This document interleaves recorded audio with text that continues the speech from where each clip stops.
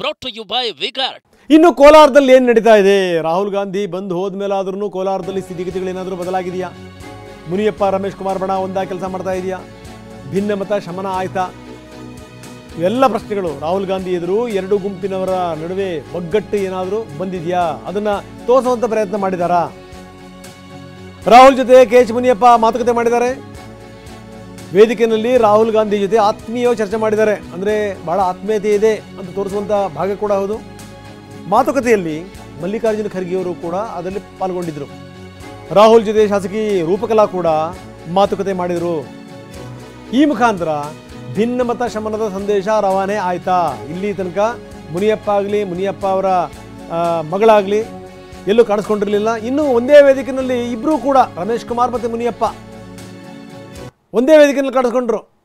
ಆದರೆ ಅಪ್ಪಿ ತಪ್ಪಿ ಇಬ್ಬರ ನಡುವೆ ಮಾತುಕತೆ ಎಲ್ಲ ಎಂಥದಿಲ್ಲ. ಒಬ್ಬರೊಬ್ಬರು ಮುಖ ನೋಡಲಿಲ್ಲ. ನೋಡಿ, ರಮೇಶ್ ಕುಮಾರ್ ಪಕ್ಕದಲ್ಲಿ ಕೂತ್ಕೊಂಡಿದ್ದಾರೆ. ಮುನಿಯಪ್ಪ ರಾಹುಲ್ ಗಾಂಧಿ ಅವರ ನಡುವೆ ಭಯಂಕರವಾದಂಥ ಚರ್ಚೆ ನಡೀತಾ ಇದೆ. ಈ ಕಡೆಗೆ ಮಲ್ಲಿಕಾರ್ಜುನ ಖರ್ಗೆ ಮಾತಾಡ್ತಾ ಇದ್ದಾರೆ, ಈ ಕಡೆಗೆ ಮುನಿಯಪ್ಪನವರು ಮಾತಾಡ್ತಾ ಇದ್ದಾರೆ. ಆದರೆ ರಮೇಶ್ ಕುಮಾರ್ ಏನೋ ಒಂಥರ ಈ ಗುಂಪಿನಲ್ಲಿದ್ದೂ ಬೇರೆ ಆದವರ ರೀತಿಯಲ್ಲಿ ಒಬ್ಬಂಟಿಯಾಗಿ ಕೂತ್ಕೊಂಡಿರೋ ರೀತಿಯಲ್ಲಿದ್ದಾರೆ. ಗುಂಪಲ್ಲಿದ್ದರೂ ಕೂಡ ಅವರು ಒಬ್ಬಂಟಿಗರಾಗೇ ಕಾಣ್ತಾ ಇದ್ದಾರೆ. ಹಾಗಾದರೆ KH ಮುನಿಯಪ್ಪ ಪ್ರಚಾರಕ್ಕೆ ಇಳಿಯುವಂಥದ್ದು ಖಚಿತನಾ? ಏನು ಹೇಳಿದ್ರು ರಾಹುಲ್ ಗಾಂಧಿ? ರಾಹುಲ್ ಗಾಂಧಿ ಹೇಳಾದ್ಮೇಲೆ ಅವರ ಕೈಯನ್ನು ಹಿಸುಕಿದ್ರು, ಒಬ್ರಿಗೊಬ್ರು ನಗ್ತಾ ನಗ್ತಾ ಮಾತಾಡಿದ್ರು. ಸೊ ಈ ಮುಖಾಂತರ ಎಲ್ಲವೂ ಕೂಡ ಹಾಗಾದರೆ ಅಸಮಾಧಾನ ಬಗೆಹರಿದು ಬಿಡುತ್ತಾ ಹಾಗಾದರೆ ಅನ್ನುವಂಥ ಸಂದೇಶ ರವಾನಿಸಿದ್ರ? KH ಮುನಿಯಪ್ಪ ಹೇಳಿದ್ದೇನು ಹಾಗಾದರೆ?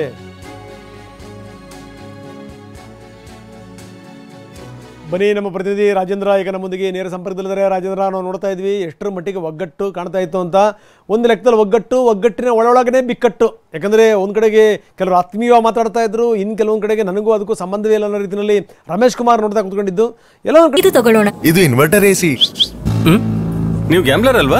ಗ್ಯಾಮ್ಲರ್ ಜೂಜಾಡ್ತಿರಲ್ವಾ? ನೀವು ಜೂಜಾಡ್ತೀರಾ? ಇಲ್ಲ, ಯಾರು ಏನು ಹೇಳಿದ್ರು ಅಂತ ನೀನು ಎಷ್ಟು ಕಾಸ್ಟ್ಲಿ ಹಾಗೂ ಡೆಲಿಕೇಟ್ AC ತಗೊಂಡು ಸ್ಟೆಬಿಲೈಸರ್ ತಗೊಳ್ಳಿಲ್ಲ ಅಂದ್ರೆ ಇದು ಜೂಜಾಟ ತಾನೇ.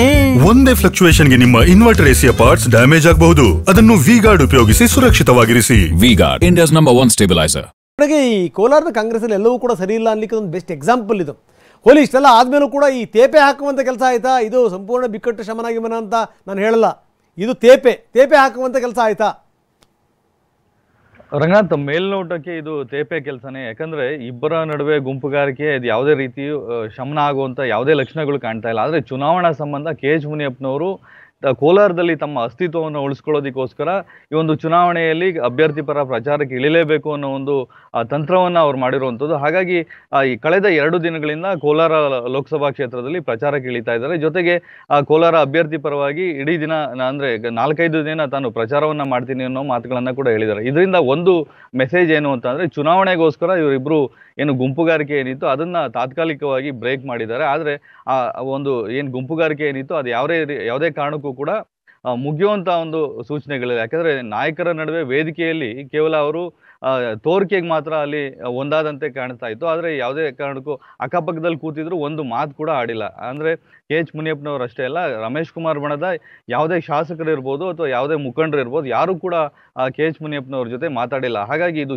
ಚುನಾವಣೆಗೋಸ್ಕರ ಮಾಡ್ಕೊಂಡಿರುವಂಥ ಒಂದು ಪ್ಲಾನ್ ಅನ್ನುವಂಥದ್ದು ಅಥವಾ ಚುನಾವಣೆಗೋಸ್ಕರ ಮಾಡ್ಕೊಂಡಿರುವಂಥ ಒಂದು ಸಮಾಧಾನ. ಯಾಕಂದರೆ KH ಮುನಿಯಪ್ಪನವರು ಕೋಲಾರ ಮಟ್ಟದಲ್ಲಿ ಒಂದು ಕಾಲದಲ್ಲಿ ಹೈಕಮಾಂಡ್ ರೀತಿ ಇದ್ದಂಥವ್ರು. ಹಾಗಾಗಿ ಈ ಚುನಾವಣೆಯಲ್ಲಿ ತಮ್ಮ ಪ್ರಭಾವವನ್ನು ತೋರಿಸಿಲ್ಲ ಅಂತಂದರೆ ತಮ್ಮ ಅಸ್ತಿತ್ವವನ್ನು ಕಳ್ಕೋಬೇಕಾಗತ್ತೆ ಅನ್ನೋ ನಿಟ್ಟಿನಲ್ಲಿ KH ಮುನಿಯಪ್ಪನವರೇ ತಮ್ಮ ಮುನ್ಸನ್ನ ಮರೆತು ಈಗ ಅಭ್ಯರ್ಥಿ ಪರವಾಗಿ ಪ್ರಚಾರಕ್ಕೆ ಇಳಿತಾ ಇರುವಂಥದ್ದು. ರಂಗನಾಥ್, ಧನ್ಯವಾದ ತಮ್ಮೆಲ್ಲ ಮಾಹಿತಿಗೆ. ತಾತ್ಕಾಲಿಕ ಒಗ್ಗಟ್ಟು, ಪರ್ಮನೆಂಟ್ ಬಿಕ್ಕಟ್ಟು ಅಂತಾರಲ್ಲ, ಹಂಗೆ ನೋಡಿ ಇವ್ರ ಕತೆ. Brought to you by Vigard.